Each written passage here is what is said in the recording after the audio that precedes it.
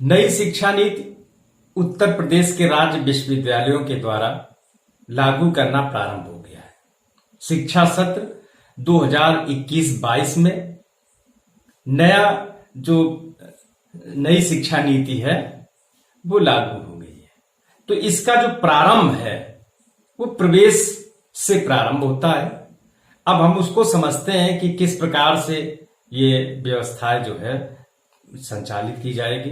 तो इसमें मुख्य बिंदु क्या है कि कक्षा 12 में जो भी छात्र कक्षा 12 में यदि उसने आर्ट लिया है, मानविकी विषय लिया है या विज्ञान लिया है या वाणिज्य लिया है, तो उसके जो मेजर सब्जेक्ट होंगे, हम ये जानते हैं कि जो सब्जेक्ट को विभाजित किया गया है मेजर सब्जेक्ट और माइनर सब्जेक्ट।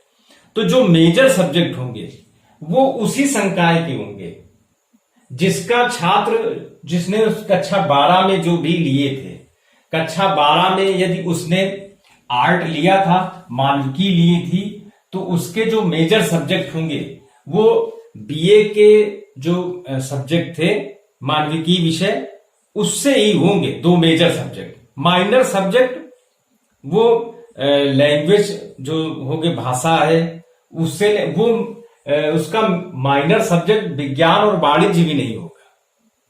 मानविकी विषय के ही मेजर और माइनर सब्जेक्ट उसके होंगे। ये महत्वपूर्ण बात है कि जो उसका मेजर सब्जेक्ट होगा वो उसी से संबंधित होगा। यदि विज्ञान का है तो विज्ञान का तो वो चाहे तो बीए के सब्जेक्ट पढ़ ले आकर के, तो उसके लिए तो है। यदि आर्ट का छात्र विज्ञान का पढ़ना चाहे तो ये संभव नहीं है। मेजर सब्जेक्ट उसको मानविकी विषय से ही चयन करने पड़ेंगे। और यदि विज्ञान का छात्र है और वो यदि लेना चाहता है आर्ट के सब्जेक्ट तो वो ले सकता है, मगर जो मानविकी विषय वाला है छात्र वो चयन अपने जो मेजर सब्जेक्ट होंगे वो ग्रेजुएशन में जो मेजर सब्जेक्ट होंगे जो आर्ट के सब्जेक्ट हैं उसका ही चयन करेगा। एक ये महत्वपूर्ण बिंदु है। और दूसरा जो महत्वपूर्ण बिंदु है कॉलेजों पर जो जिम्मेदारी दी गई है वो है मेजर और माइनर सब्जेक्ट का विभाजन कॉलेज अपने स्तर पर कर सकता है। जैसे बीए में हिंदी है तो उसको भाषा एक वर्ग हो गया उसका और मानविकी एक वर्ग हो गया। अब इसमें विभाजित कर लिया उसने, हिंदी भाषा, हिंदी साहित्य, अंग्रेजी भाषा, अंग्रेजी साहित्य, संस्कृत, उर्दू, पंजाबी, ये भाषा में आ गए। और मानविकी में तुम्हारे आ गए वो अर्थशास्त्र, राजनीति विज्ञान, समाजशास्त्र, होम साइंस, ये सब मानविकी में आ गए। अब यहां पर एक विशेष बात यह है कि इसको कॉलेज अपने स्तर पे कर सकता है। दूसरा ये है कि दो उसके मेजर सब्जेक्ट यहां से हो जाएंगे, एक माइनर सब्जेक्ट यहां से हो जाएगा, या माइनर सब्जेक्ट दो मेजर सब्जेक्ट यहां से हो जाएंगे, एक माइनर सब्जेक्ट इसका हो जाएगा। और इन्हीं में इन दोनों में विज्ञान और वाणिज्य के छात्र भी मेजर और माइनर कोई एक सब्जेक्ट ले सकते हैं। दूसरा एक महत्वपूर्ण बिंदु है कि मेजर सब्जेक्ट से ही छात्र परास्नातक करेगा। ऐसा नहीं है कि उसने माइनर सब्जेक्ट लिया था और उससे वो पीजी का कोर्स करना चाहता हो, तो ये महत्वपूर्ण बात है। अब वहां पर यदि वो पीजी करना चाहता है हिंदी से तो उसको मेजर सब्जेक्ट भाषा वाले वर्ग से ही चुनना पड़ेगा। ये भी एक विशेष तथ्य है, विशेष ध्यान देने वाली बात यह है कि यदि वो हिंदी विषय या अंग्रेजी विषय से कर रहा है तो उसको उसके जो दो सब्जेक्ट होंगे वो भाषा से होंगे। मानविकी विषय का एक उसका सब्जेक्ट माइनर सब्जेक्ट बनेगा। तो ये भी एक विशेष ध्यान देने वाली बात है कि परास्नातक यदि वो करना चाहता है तो उससे पूछना पड़ेगा कि तुम परास्नातक किस विषय से करना चाहोगे।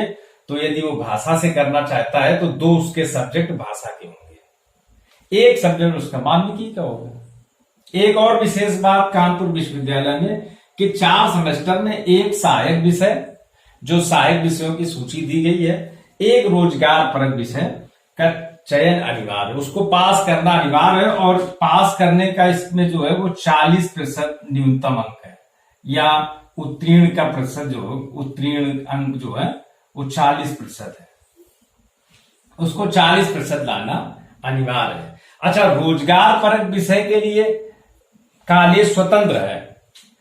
कॉलेज कोई भी एक रोजगार परक विषय बना सकता है और उसका जो सिलेबस है वो विश्वविद्यालय को भेज करके अप्रूव कर सकता है। तो इस व्यवस्था में जो प्रवेश की व्यवस्था है उसमें विशेष जो ध्यान देने वाली बात है कि छात्र को परास्नातक के संदर्भ में पूछना पड़ेगा, क्योंकि वो मेजर सब्जेक्टों से ही परास्नातक कर सकता है। नई शिक्षा नीति में बैचलर शब्द हटा दिया गया,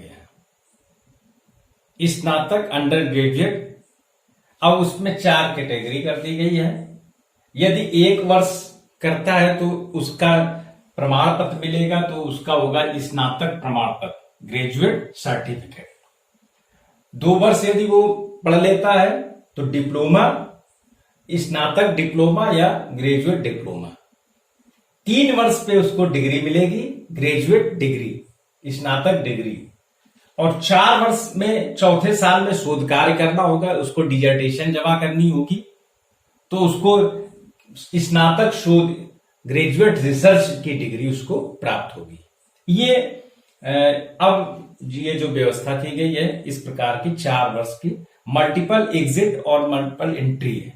अर्थात कोई भी छात्र 1 वर्ष का कोर्स करने के बाद यदि वो नौकरी करने लगता है तो वो फिर उसके बाद यदि 2 साल बाद, 3 साल बाद जब भी वो पढ़ेगा करके, चूंकि एबीसी बनाया गया है, academic bank of credit, ABC, ये हर एक छात्र का बनाया जाएगा। जो एकेडमिक बैंक ऑफ क्रेडिट है इसमें हर एक छात्र का इसमें लेखा जोखा रहेगा, उसने कितने क्रेडिट इकट्ठा किए हैं इस पढ़ाई के, डिग्री, डिप्लोमा और रिसर्च के। तो ये इस हर छात्र का एक होगा। और परास्नातक में जो पोस्ट ग्रेजुएट है तो उसमें 2 प्रकार कर दिया गया है। यदि 4 वर्षीय स्नातक शोध आपने उत्तीर्ण है, ग्रेजुएट शोध है, तो 1 साल में ही आपको पीजी करना पड़ेगा। 1 साल में आपका पीजी हो जाएगा, आपको पीजी की डिग्री मिल जाएगी। यदि यहां तक है आप स्नातक डिग्री, तो फिर आपको 2 वर्ष पीजी करने होंगे। तो यहां पर जो 3-2-5 वर्षीय कार्यक्रम बना हुआ है वो वैसा ही है।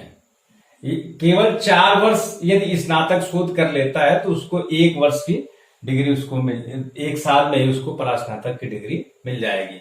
और परीक्षा के संदर्भ में अधिकतम 2 घंटे की अवधि की परीक्षा आप कर सकते हैं। तो ये